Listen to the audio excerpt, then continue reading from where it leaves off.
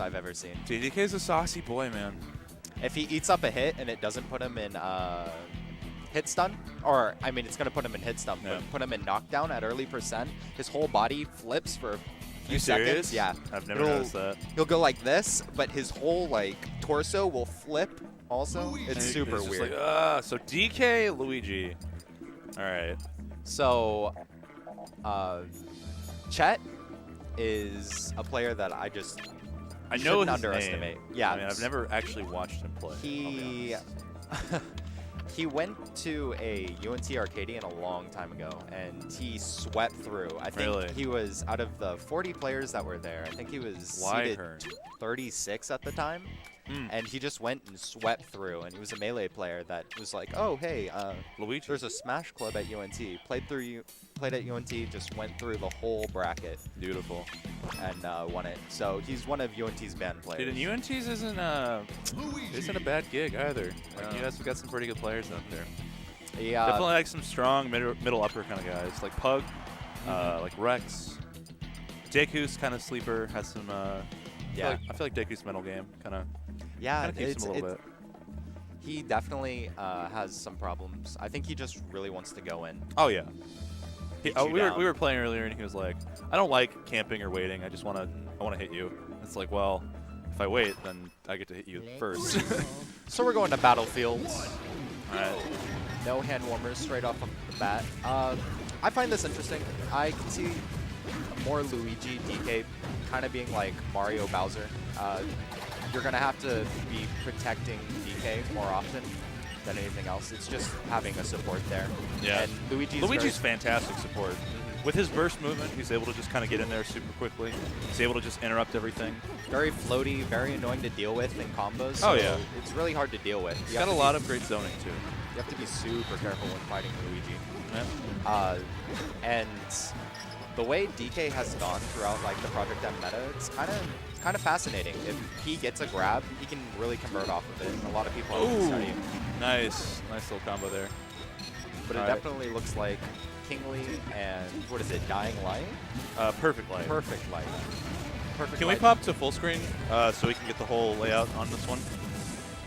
So we're only seeing part of it. There we go. All right, we got the whole thing. Hey, there. Now I can see the names. Yeah, it seems like they're handling it pretty well. Chet being at a deficit. I think. Ooh, yeah. Up throw, forward air. Confirmed. That's just one of the conversions I was talking about. Yeah, he's going to get another fair off of cargo up throw. One of the big problems, I think, right now is that it's just forcing the 1v1.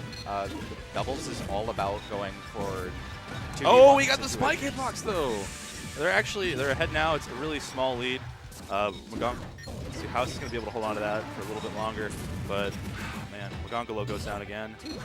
I actually love the new music that was added to this. This is from Boku no Hero Academia, or for people that don't know. Goddamn weeaboos. Yeah. No, I hear it's a pretty good anime. It's super fun. It's probably one of the best this season.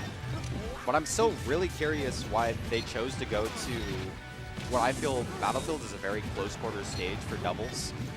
And you're going against two characters, Sheik and Game & Watch, that are really wanting to just go off a platform and hit you because they can take these trades.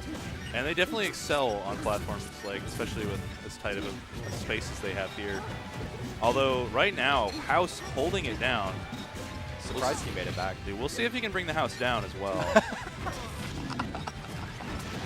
Oh, all right. We're having some critics in the background. Dude, everybody wants to be critic, man. It looks like KinGly and Perfect Light were getting a lot of momentum off of just Game & Watch going after Luigi and forcing the 1v1 on that, and then having KinGly force on. Oh my God, he's living. Take advantage of fighting the DK. Yeah. KinGly goes out to threaten space there. I like that a lot. He just wanted to make sure that House had to roll up. Oh, if House goes down now, this is suddenly a lot more difficult for Chet. All right, and back throw. It won't kill quite yet, but he's got all this time. He's got to be able to play it out. And we're going to see just how clutch Chet is at the 2v1. Luigi. Oh, there he goes. No, he's not dead. Oh, my goodness. 140 for Game & Watch. Still living. Forward tilt. from the hip. Ooh. $2 slice. Hit him with it. And all right, Let's the down go. smash. ChetMagongalo. Chet with the small pop-off. No bias. Dude, spicy Italians, man. I really wanted him to go for the up B after the ending lag there, but it was too honestly, risky. like, at that percentage, you got to be like, I got to just go with what I can. I got to take what's confirmed. You have to play it safe. I can't be a goober at this point, man. It's not Double worth it. Sheik. Double Sheiks. This is, as a team comp, not sure how to feel. I don't know why he would just switch to Sheik, because I feel like a majority of the time when playing, there are pros and cons to playing the same character in doubles. One is that it's easier to convert off of each other's just Yeah, because throws. you know what you're doing. Yeah, You know, and it's the same character. But at the same time, it's like, well, which one of us is going to do that thing? And you really have to rely on a deeper synergy. I think another thing is also for House and Chet, since you're playing the same character, or you can get the same conversion, same thing. You don't really have to change mindsets when going against both players. Yeah. It's just super interesting. But they're taking it to FOD. Yeah, FOD, this is probably their best counter pick, honestly. Let's see here. Can we get the full screen up? He doesn't have the mic on. Can we get full screen? Yeah, there we go. Sorry about that. All right. I mean, I agree. It's harder to kill off the top. It forces a big body like DK just to stay in his position. He can't move around as much. Though it's harder for Sheik to needle camp. So Well, I mean, the big thing is the platforms are great. You have a smaller side blast box than say, oh, he didn't have a jump, and he didn't mash either. All right, Magongalo is down. I think one of the bigger reasons to picking something like FOD specifically is that you don't really have to change mindsets all that much from going from 1v1 to 2v1 because it's such close quarters. You just go straight off of them, and you could throw out hitboxes if you wanted to, and it would probably hit one of their opponents. Oh, yeah. Maybe you do need to be, conservation-minded. Think about what you need to do.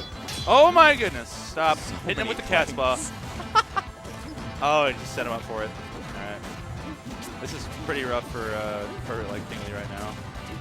But keeping them in great position. House and Chet really acknowledging the space that they have, using DK's big arms, and then using just the annoying ability that Luigi has just with... Got him with the misfire. He saved that one as soon as he came off the platform. Just immediately got into it. Good shield from Magongalo, or from House rather.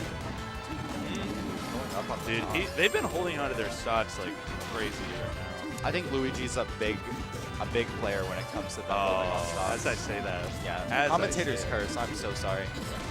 What have I done to you, ChetMagongalo? It's just fun saying that whole tag. It really is. It sounds like a, oh, he's dead. Nice little ramen noodle.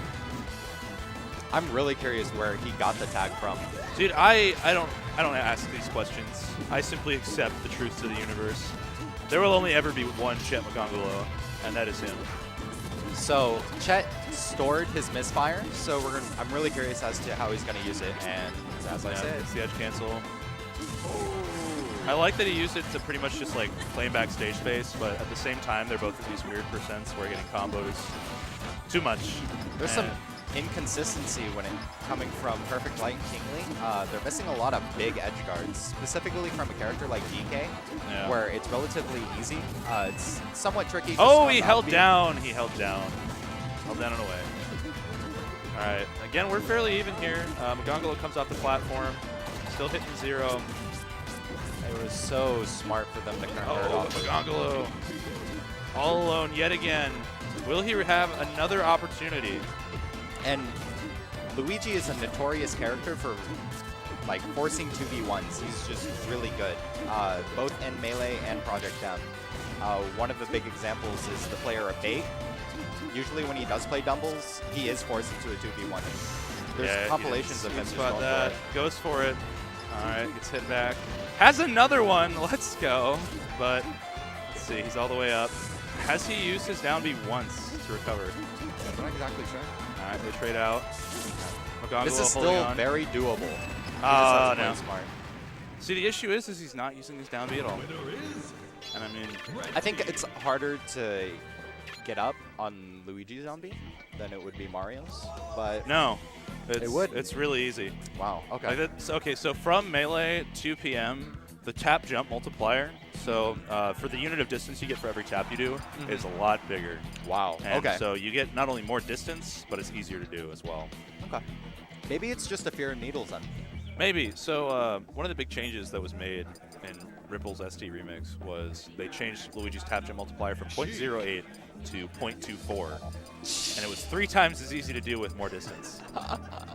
And so, like, PM has a slight change to that, where it's a little bit easier, but it's not nearly to the extent. It's not 14 button presses in 1 second. I found out that it's 17 in Smash 4, though, which is stupid, because it's actually something that's harder in Smash 4, technically, than it is in Melee. That's... Wow. 17 button presses. Hit me up with that fact check. All right, goes for jab down smash. So they're going to a relatively neutral stage. I think they're I asking for more honestly, space. I feel like this favors Sheik really hard. Like PS2 gives her a lot of space, gives her like 2 really solid platforms with no top platform to worry about. I think it's a big change of pace, honestly, for the Sheiks. Just because you're going from a small stage to a relatively bigger one.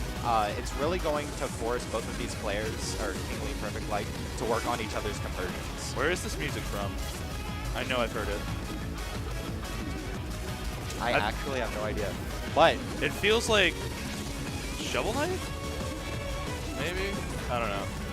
This is an amped up version of what this song was previously. Yeah, it's either like Shovel Knight or Undertale. I feel like. It may actually be Undertale. I don't want to make any conclusions. It's been a while since I played the game. Dude, I never finished it. The gameplay was not my favorite. House is missing the conversion from. Oh, and he kills him. Oh, Chet needs to be careful. Yeah, and now House is down right now. KinGly, Perfect Light holding on rather nicely. Hits him with the dab. Slight miscommunication when it comes to converting off of the cargo up throw. Yeah. I feel like Chet's getting up in House's face just a little too much.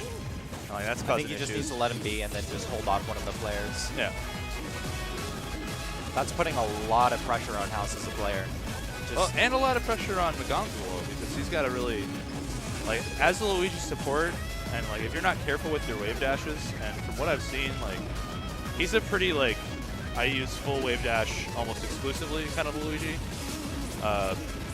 Like, he's got the small ones here and there, but oh, he held shield and he got put into tumble. It's actually going to cost him a lot. House is needing to hit these conversions with cargo up throw fair. He just keeps consistently missing it, and it's just something that you can't have.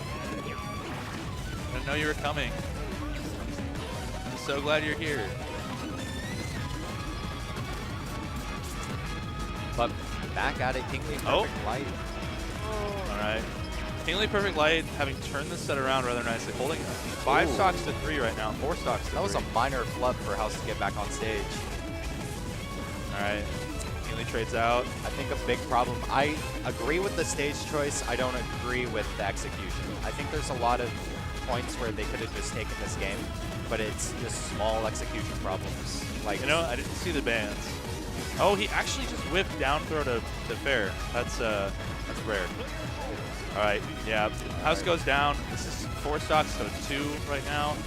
Magongalo pretty high up on his last one. They're gonna have to pick their pieces here. Oh, there he goes. All right, a 2v1 as Donkey Kong against 2 Sheiks. 2 Sheiks. Let's and go. This matchup isn't really good for DK.